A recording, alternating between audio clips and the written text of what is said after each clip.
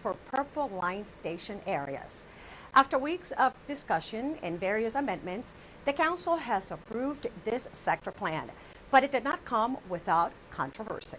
We made a lot of adjustments in the plan in response to community concerns. You know, this is the classic issue for a place like Chivas Lake is you're inside the Beltway, you're the victim of regional traffic, and how do we protect those people? There's not too much we can do.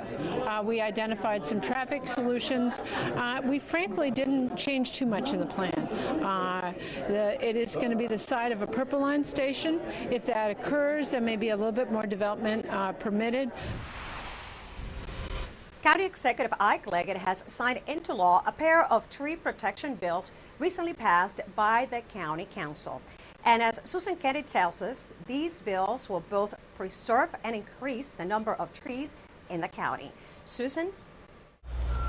Lorna, the signing of one of these bills means that for every tree taken down by a developer, 3 trees will be planted in its place. The bills approved by the council will protect roadside trees and on private property where development has disturbed the environment. The vote comes after years of work by county officials, developers, and environmentalists. So this is a big moment for our county. We are taking unprecedented actions to protect something so very important to our community. And we talk about it often as to its aesthetic values. We talk about its environmental values. We talk about its economic values to landowners and homeowners alike. I just wanted to say that I think we have not spoken a lot about the quality that makes this such a passionate issue for so many people. It is the trees reconnect us with our soul. It is that there is, if you will, for many of us, a spiritual dimension to trees that we really have to acknowledge, and that's why many of us fought so hard, because trees do matter. Some of us believe that this was an impossible task, that it would take far, far longer, and we would not accomplish the goal that we've accomplished thus far. But we were committed to doing this because it is the right thing. It is something that is important for our communities. The first measure requires landowners who cut down a tree along a public right-of-way to obtain a permit and replace that tree at or near that site. The second measure deals with protecting the county's tree canopy when new development occurs.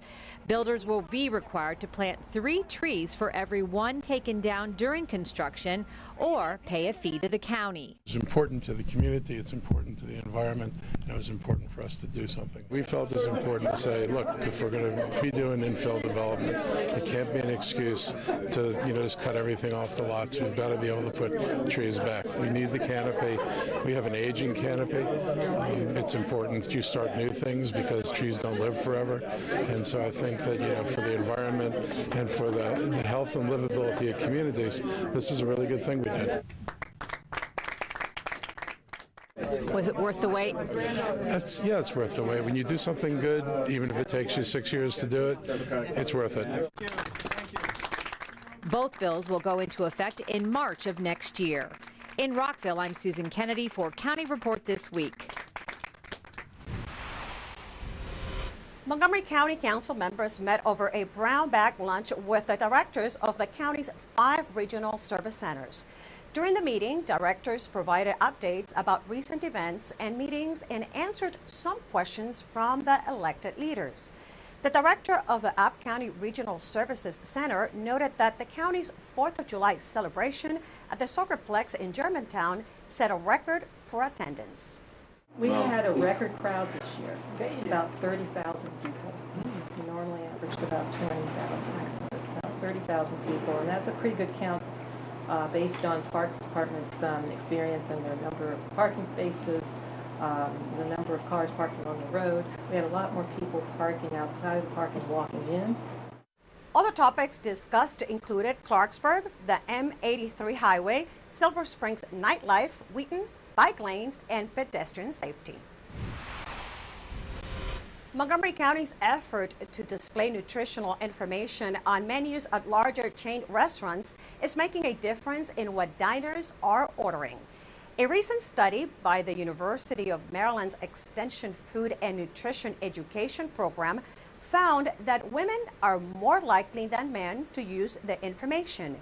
The survey also found not one person between the ages of 18 and 24 considered the information before ordering. Council member George Leventhal originally sponsored the legislation back in 2009. He told us he's happy with the survey's results, but that there is still work to do.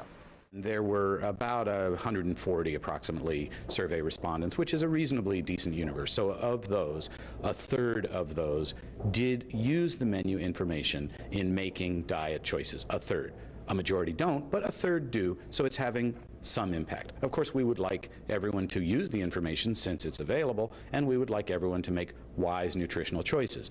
In the age group from 18 to 24, nobody used it. So younger people obviously aren't thinking so much about the consequences of their health choices, and they expect to have a long life and they're feeling fit and healthy, but in fact everyone at every age does need to make wise choices about nutrition and health, and we need as a county and as a community to continue to convey that message.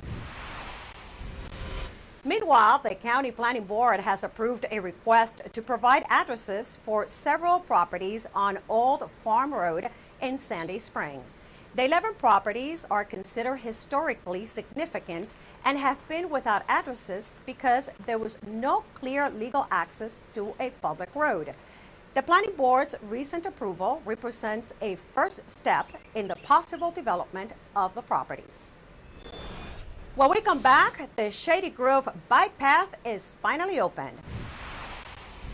And the city of Gaithersburg is contemplating a new way for residents to get around town. We'll tell you what that is when we return. Montgomery County is looking for a few good men and women and teenagers too to help with the county fair. Volunteers are needed to give out information, get the fairgrounds ready, organize games for small children, and prepare and serve food. The possibilities are endless, but you have to sign up now to volunteer in August. Call 301-926-3100 or visit MC Ag Fair to find out more. Be a part of the county fair and this year volunteer.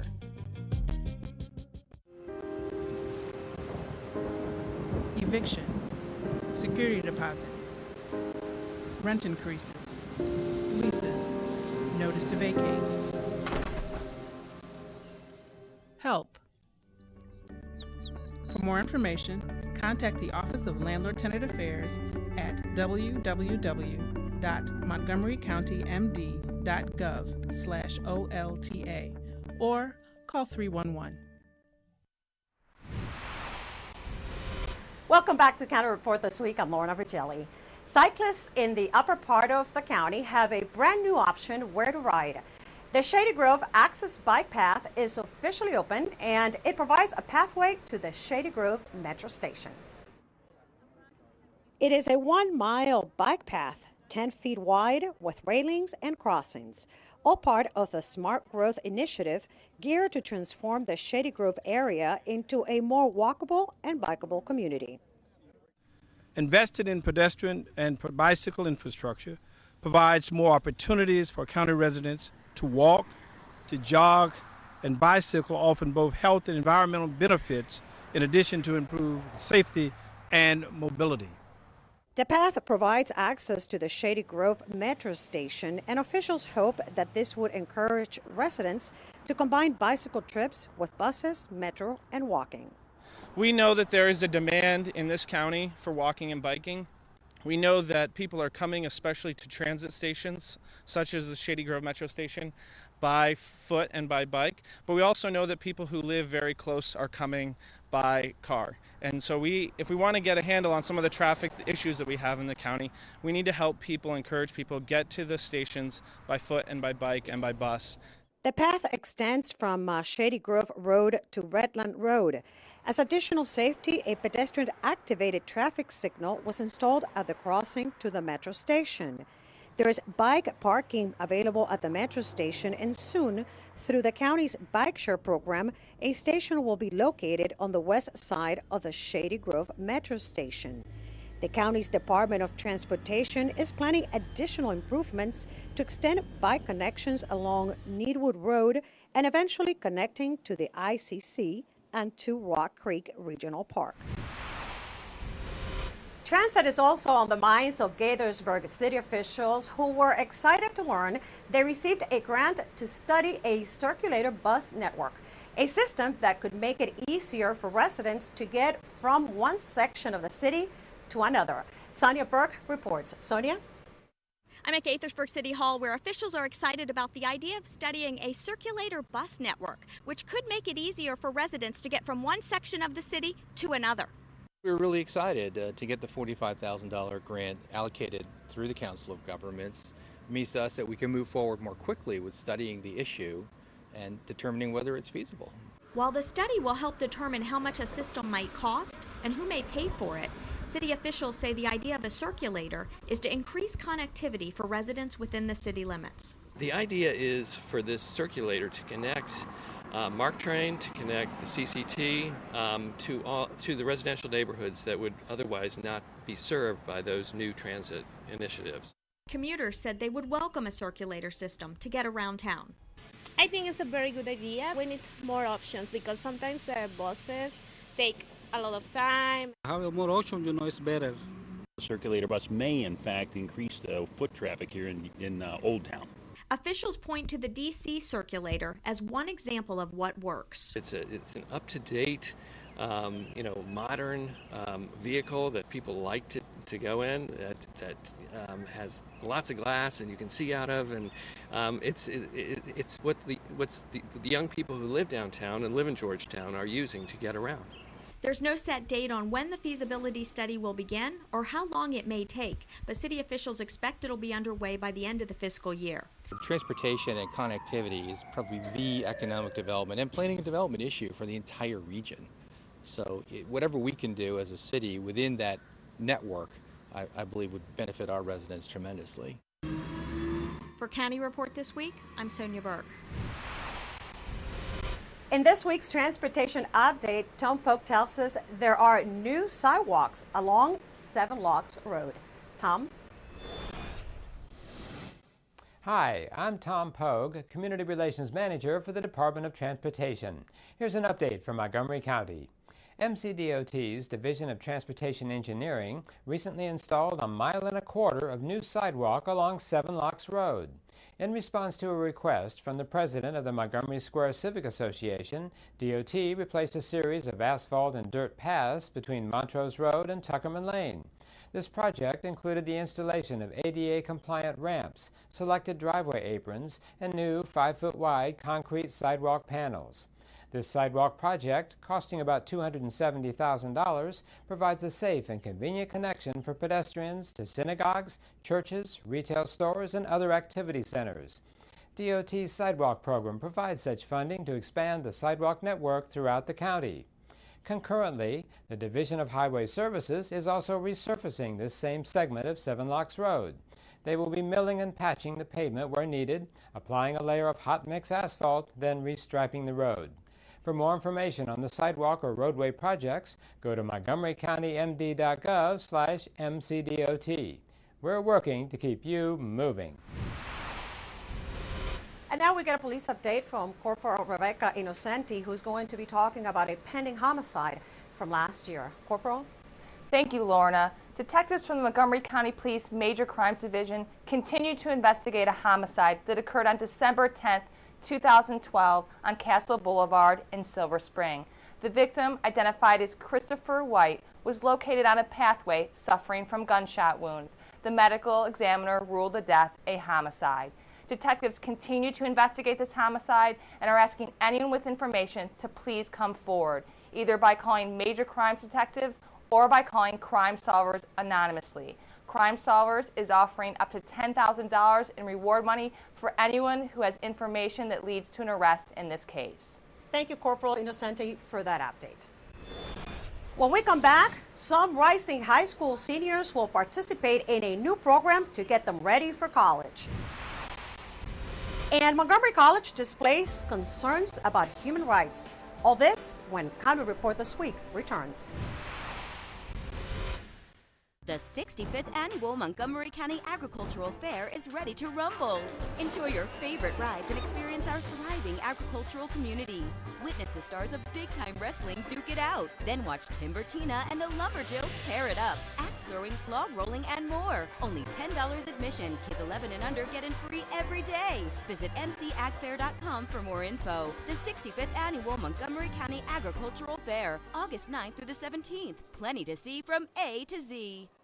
Supporting local food production is good for the environment, the community, your health, and to create a lasting commitment to preserving agricultural land. So consider buying your fruits and veggies at a Montgomery County farmers market.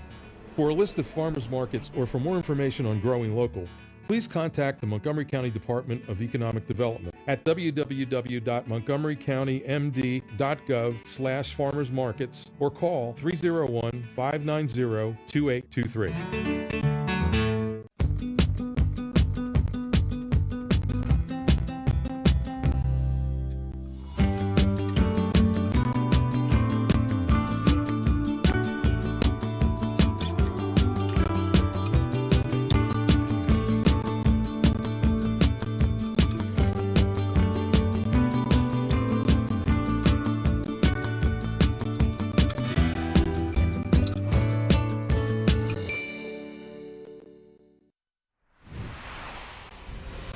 Welcome back to County Report this week. I'm Lorna Virgelli. This school year, 1,200 at-risk high school students will start a new program to help them get ready for college. It's a journey which often doesn't begin until the final years of high school. Tamika Smith reports.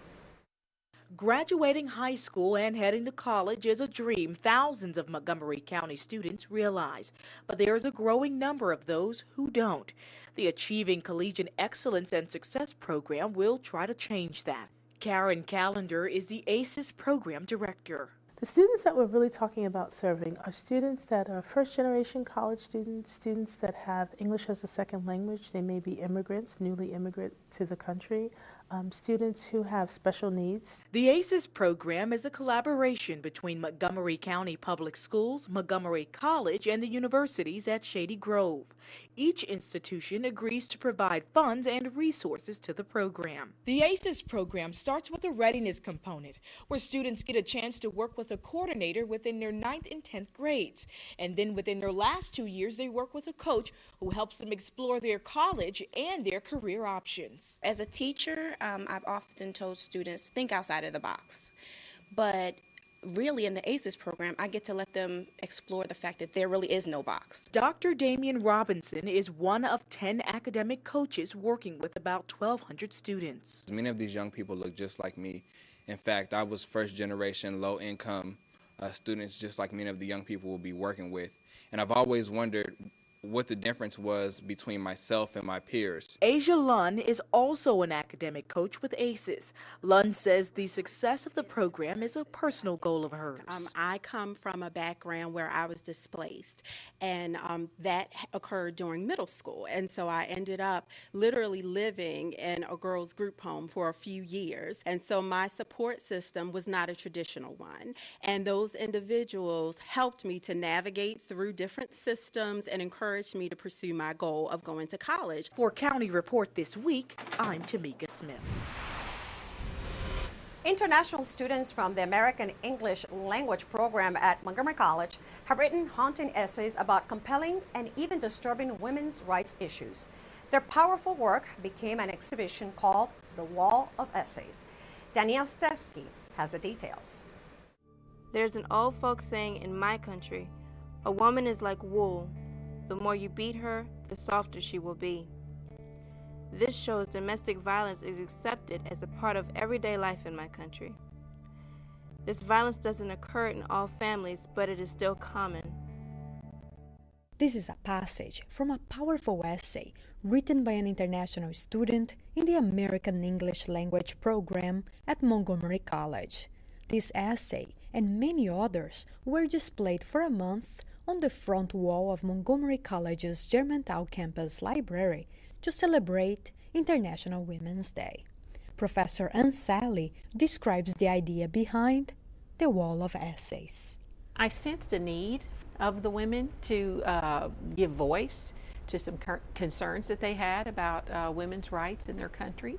So of course they were able to do that in my classroom, but we were thinking of a broader venue. So Professor Sally approached the coordinator of the Women's Gender Studies program to brainstorm and find a way that students would be able to voice issues and experiences in a safe environment. We came up with an idea to be able to give them an opportunity to anonymously write essays and post them for the college community to view and read. The students who have written these deeply thought-provoking essays come from a variety of countries in Asia, Africa, and Europe. The essay about stoning is the one that stands out most vividly for Joanne. She feels helpless, lonely, and forlorn. Her grievous wait for death gets tougher by listening to the sound of the shovels. I would like to say that it is my hope that one day no one else will be stoned and this inhuman practice will be stopped. It's profound, it's moving, it's very descriptive, and it gives a real personal insight as to what it would be like to be the woman who's actually about to die because of an injustice that's really a human rights violation, basically, that is being forced on her.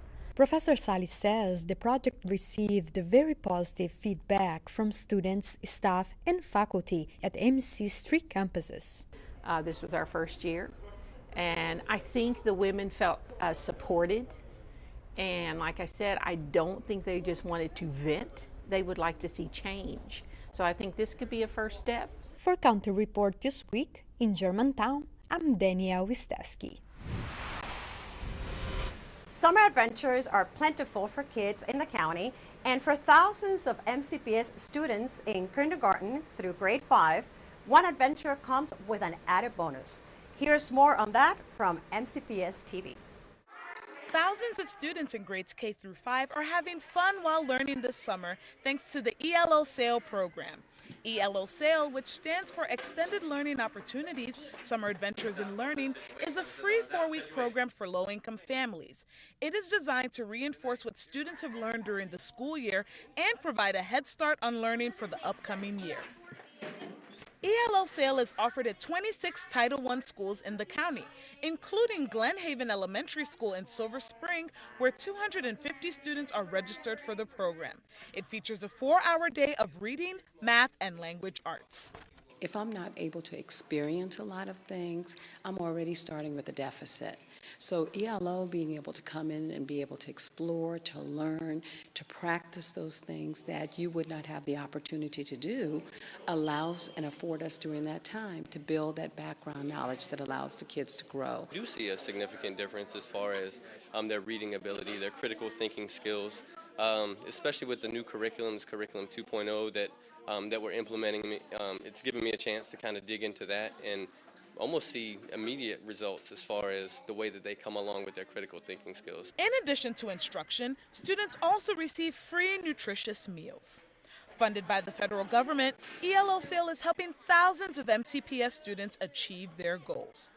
I like learning at the summer school because it's really fun. I get to learn while playing games, and sometimes I won't really know that I'm learning.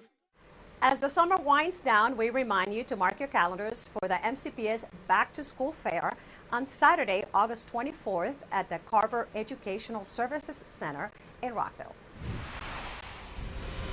Long Branch residents can now visit the library on Sundays. That's right. The library has expanded its hours and it's now open from noon to 5 on Sundays. For more information about operating hours at your local library, visit montgomerycountymd.gov/library. When we come back, there is a new sport that is picking up steam in the city of Rockville. It's not football. We'll talk about futsal. We'll be right back.